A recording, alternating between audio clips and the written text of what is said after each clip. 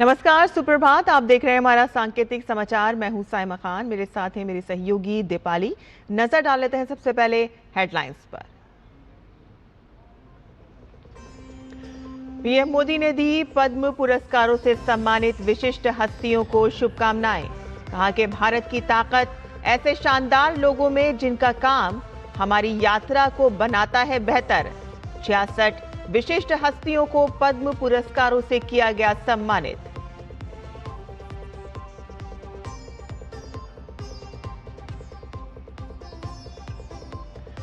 Quad विदेश मंत्रियों की बैठक आज नई दिल्ली में क्वाड सहयोग को आगे बढ़ाने और हिंद प्रशांत क्षेत्र में हो रहे बदलावों पर होगी अहम चर्चा।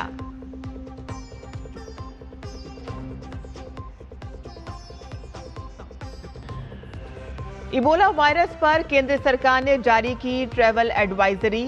कांगो, युगांडा, दक्षिण सूडान समेत वायरस से प्रभावित देशों की यात्रा न करने की सलाह।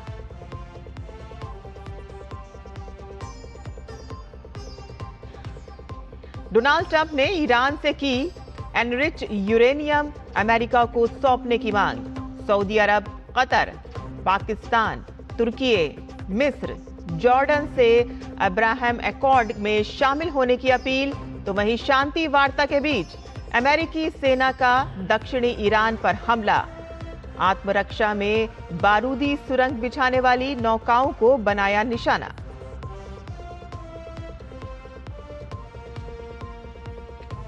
और गर्मी से राहत की कोई उम्मीद नहीं। उत्तर और मध्य भारत के अधिकांश राज्यों के लिए लू का ऑरेंज अलर्ट।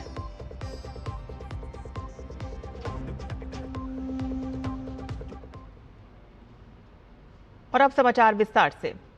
राष्ट्रपति द्रौपदी मुर्मू ने सोमवार को राष्ट्रपति भवन में आयोजित वर्ष 2026 के पहले नागरिक अलंकरण समारोह में 66 हस्तियों को पद्म पुरस्कारों से सम्मानित किया। समारोह में 2 पद्म विभूषण, 6 पद्म भूषण और 58 पद्मश्री पुरस्कार प्रदान किए गए। समारोह में उपराष्ट्रपति सीपी राधाकृष्णन, प्रधानमंत्री नरेंद्र मोदी, केंद्रीय गृह एवं सहकारिता मंत्री अमित शाह समेत कई गणमान्य व्यक्ति मौजूद रहे। प्रधानमंत्री नरेंद्र मोदी ने पद्म पुरस्कारों से सम्मानित हस्तियों को शुभकामनाएं देते हुए एक्स पर लिखा कि भारत की ताकत ऐसे शानदार लोगों में है जिनका काम हमारी मिलकर की गई यात्रा को बेहतर बनाता है।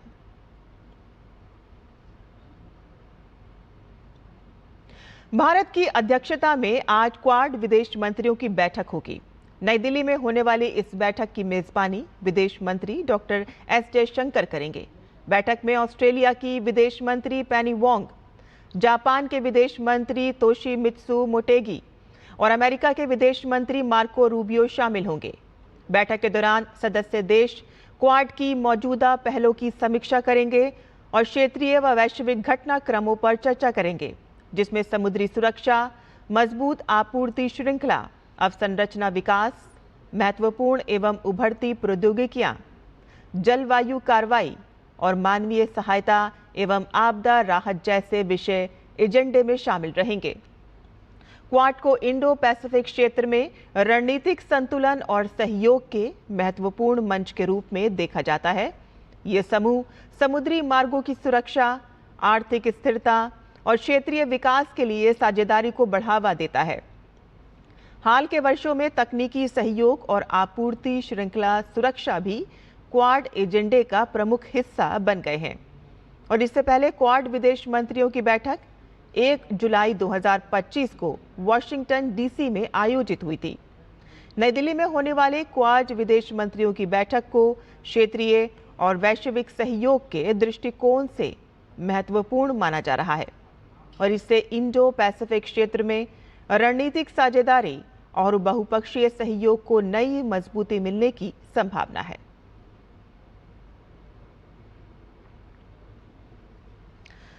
केंद्रीय वित्त मंत्री निर्मला सीतारमण मुंबई में भारतीय लघु उद्योग विकास बैंक SIDBI के 37वें स्थापना दिवस समारोह में शामिल हुई। कार्यक्रम में सूक्ष्म लघु उद्यम MSME मजबूत करने, वित्तीय समावेशन बढ़ाने और देश के आर्थिक विकास में SIDBI की भूमिका पर विशेष चर्चा हुई।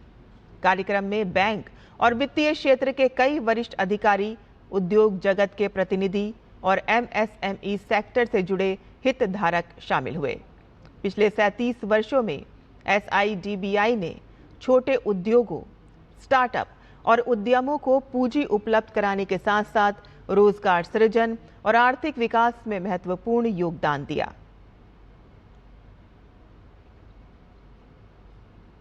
राष्ट्रपति द्रौपदी मुर्मू आज से 3 दिन की सिक्किम यात्रा पर रहेंगी। यात्रा के दौरान वे विभिन्न कार्यक्रमों में हिस्सा लेंगी और कई स्थानों का दौरा करेंगी। आज शाम को राष्ट्रपति गंगटोक में नामग्याल तिब्बत विज्ञान संस्थान जाएंगी और कल राष्ट्रपति नाथू ला दर्रे का दौरा करेंगी और वहां तैनात सैनिकों से बातचीत करेंगी और इसके बाद गंगटोक में सिक्किम विश्वविद्यालय के दीक्षांत समारोह में भी शामिल होंगी।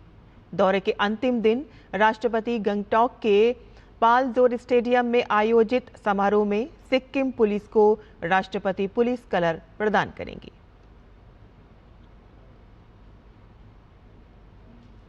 गृह मंत्री अमित शाह अगले कुछ दिन सीमावर्ती क्षेत्रों का दौरा करेंगे। राजस्थान के बीकानेर में वे 2 दिन की यात्रा पर रहेंगे।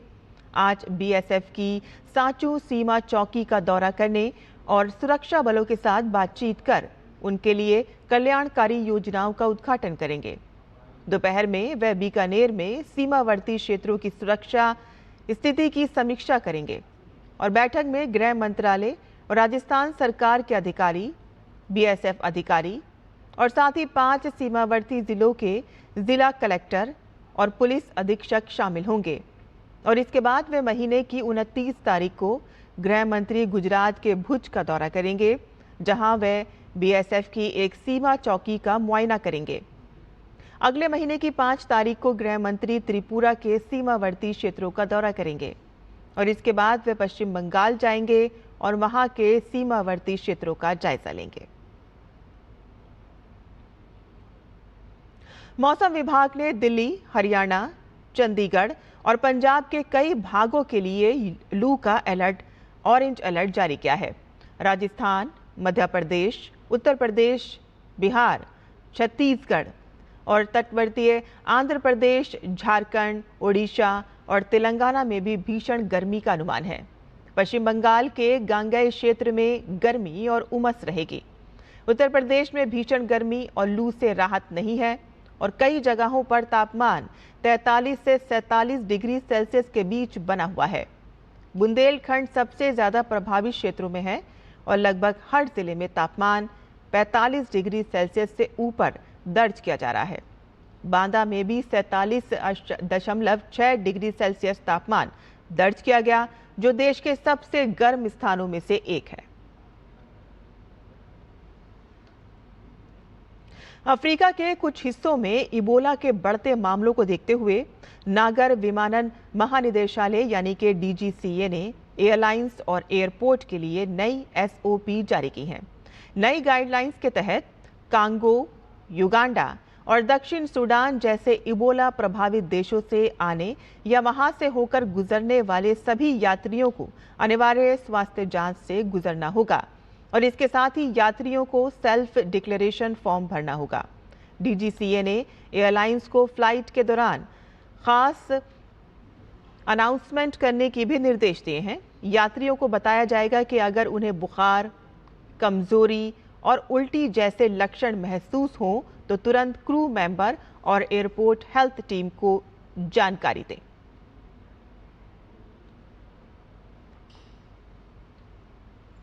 ईरान के साथ संभावित समझौते को लेकर अमेरिकी राष्ट्रपति डोनाल्ड ट्रंप ने बड़ा बयान देते हुए कहा कि मध्य पूर्व और मुस्लिम देशों को इजराइल के साथ संबंध सामान्य करने के लिए अब्राहम समझौते से जुड़ना चाहिए।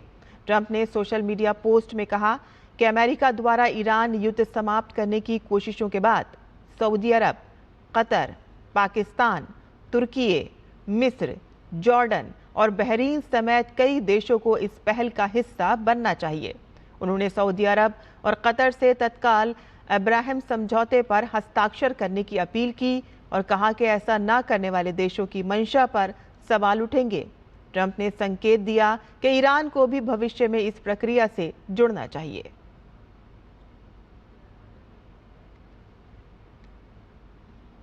अमेरिका और ईरान के बीच चल रही बातचीत के बीच राष्ट्रपति डोनाल्ड ट्रंप ने ईरान के संवर्धित यूरेनियम को लेकर बड़ा दावा किया है। ट्रंप ने ट्रुथ सोशल पर कहा कि ईरान को अपना न्यूक्लियर डस्ट यानी कि संवर्धित यूरेनियम तुरंत अमेरिका को सौंपना होगा। उन्होंने कहा कि इस यूरेनियम को या तो अमेरिका ले जाकर नष्ट किया जाएगा या फिर दोनों देशों की सहमति से किसी दूसरी तय जगह पर खत्म कर दिया जाएगा। ट्रंप के मुताबिक इस पूरी प्रक्रिया के दौरान अंतर्राष्ट्रीय परमाणु ऊर्जा एजेंसी जैसी संस्था की मौजूदगी और निगरानी जरूरी होगी। और हमारे सांकेतिक समाचार में बस इतना ही। मुझे और मेरी सहयोगी दीपाली को अनुमति दें, लेकिन आप देखते रहिए डीडी न्यूज़। नमस्कार।